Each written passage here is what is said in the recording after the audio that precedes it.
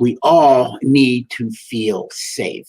That has to do with the primal part of our brain, has to do with this lower part of the brain. This part of our brain always wants to make sure that we feel safe.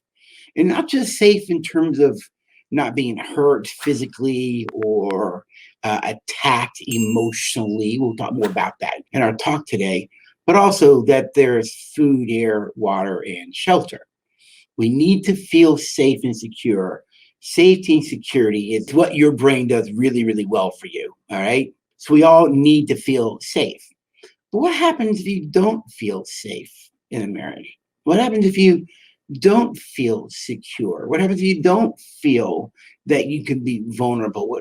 What happens if you don't feel that you can be your true self? That's what we're going to have a talk about today. Little history about me. I grew up in a broken home where there was violence. My dad was shot with a cow prod. He had these things called sessions. Now, I never got a session. My little brother got them.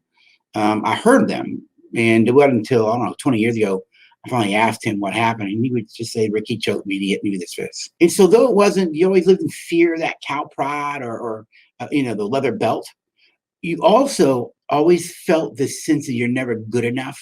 You're never going to measure up. Why can't you be like everybody else? Those were messages from my stepmother. So it was always this sense of you can never be at rest. Your heart is always anxious and wondering. The only time you really felt at rest is when you went to your room, closed the door, and then people just left you alone. And so let's be honest, some of us, Rick Marks included, my wife, she grew up in a broken home with alcoholism and craziness as well. So both of us came into our adult life with a lot of past hurts. So let's be honest, a lot of us come into our marriages already not feeling safe, feeling safe and secure about who we are. You're not feeling safe and secure about relationships. So what are some of the things that contribute to a person not feeling safe in life? Well, here's some thoughts. Number one, past traumas, be it physical abuse, sexual abuse. I was a latchkey kid. And for many years, I was a latchkey kid. And I would come home and I would go to the backyard where we had a shed back there, the horses, and we'd keep the key to the back door of the house. So when I would walk home from school, I'd go back there, get the key, come in the back door. Did that all the time. But on one particular day, somebody broke into the house. And I remember the trauma of that. And then finally getting out of the house and running out of the house, not sure if the person was still in there, not knowing where to go. I was like 9 years old. And so I ran back to the school. The only place I knew to go. I ran back to my school and went into the office there, and I was crying and scared. And one of the teachers came up and gave me a hug and said, "It's okay, Ricky. It's okay, Ricky." And they called the police and they called my parents. Not a word was ever said to me about what that was like for me.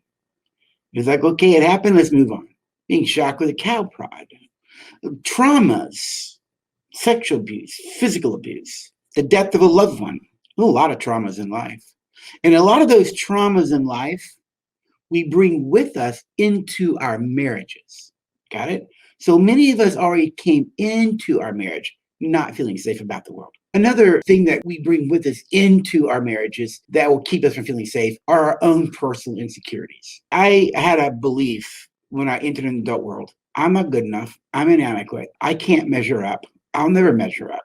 Those were messages I picked up from my stepmother in particular. The problem was I incorporated them as my own. So I had a real low self-esteem. I had a really low sense of confidence in myself. I had a really low sense of you name it. Got it? Insecurities ruled my life. I was more governed by fear of failure, fear of being known, fear of never being good enough, fear of never being adequate, fear of never being loved, fear of always being alone. I brought all of that into my marriage. And because I did not know I had those core fears, those insecurities, they're unconsciously projected onto Luella. No wonder I couldn't feel safe with her. Now, she had her own issues for sure. But coming from a childhood with all of that, let's be honest, I didn't feel safe with other people before I met her. Another thing that we bring with us into our marriages that will keep us feeling unsafe are irrational beliefs that you hold to be true. Irrational beliefs that you hang on to, that your brain says are actually true about the world. Let me give you something. Albert Ellis, he's a whole school of therapy, right? Rational emotive therapy. One thing he talks about, and please take this with goodwill, he says people live a life of masturbation, M-U-S-T, masturbation. They live a life of everyone must like me. I must make everybody happy. I must keep people happy. I must make sure no one doesn't like me. You hear the must in that? It's living in extremes. But he calls it masturbation because it's an irrational belief. If you believe you must make everybody happy, then you will live your life in a way to make everybody happy, but you will be miserable because in reality, it's impossible to make everybody happy.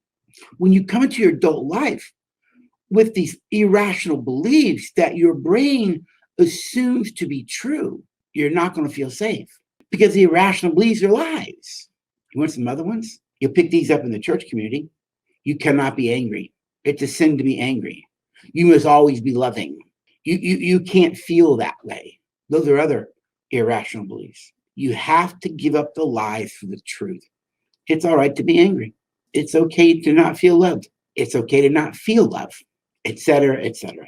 Some things you bring with you into your life, adult life, that will keep you from feeling safe in your marriage: past traumas, personal insecurities, your low self-esteem, lack of confidence, your irrational beliefs that you've picked up along life's way. The next one is your own control issues. Your own control issues. Your control issues exist so that you can feel safe, so you can structure your world around you. If I can control what's going on, I can feel safe. The problem is the things that you need to control: spouse, your kids, other people, the environment. A lot of these people become very, not just controlling, but abusive emotionally. Why? Because if I can control everything in my world around me, then I can feel safe, and I can feel safe. Then I feel safe. The problem is you're controlling everybody else, which causes them to feel unsafe. But you're not able to see that. You're not able to see it. Another thing we bring with us into our adult life that keeps us from feeling safe in our marriage are prior hurtful relationships. Prior hurtful relationships. Now, I will say that I would take girls out, but I never dated. I never had a steady girlfriend. I was always a guy in school that was made fun of, picked on, not good enough. I could hang out in high school. I could hang out with the jocks. I could hang out with the smart people. I hung out with the ROTC people for sure. I could hang out with this group, and I hang out with what we call the smoke hole people. People who are by the big tree there on campus and would smoke cigarettes and pot, whatever. I could hang out with every one of them. I was a chameleon. I knew how to blend in. No, I never smoked a cigarette or did those things, but I knew how to be around them. I knew how to be around the jocks. I knew how to be around the smart people. I knew how to be around the drama people. But because I lived my life as a chameleon, I never knew me. And because I was that kind of a guy, a lot of girls picked on me, made fun of me in elementary school. And you see, I never, ever really, even among kids, felt that I was good enough or mattered. And so when I would ask a girl out, we'd go out, but I was so insecure and fearful. I didn't know what to do. I even doubted myself. So I never had a steady girlfriend growing up. Okay, never did. Go out, but never had a steady girlfriend. I'm not sure if that's good or bad looking back on it. It just was. But I do know this, and all those prior hurtful relationship experiences I've had, not just with my parents, but with certain friends, girls who teased me and made fun of me when I was a kid, all of that got translated onto my future. And unconsciously, that translated onto Luella. So our prior hurtful relationship experiences, if you were someone who dated a lot and got hurt a lot, you take all that with you. This is why second marriages, third marriages don't increase your success rate. They increase your divorce risk because you've not worked through the issues of the past. And you just took those issues in those relationships and brought them to the next one.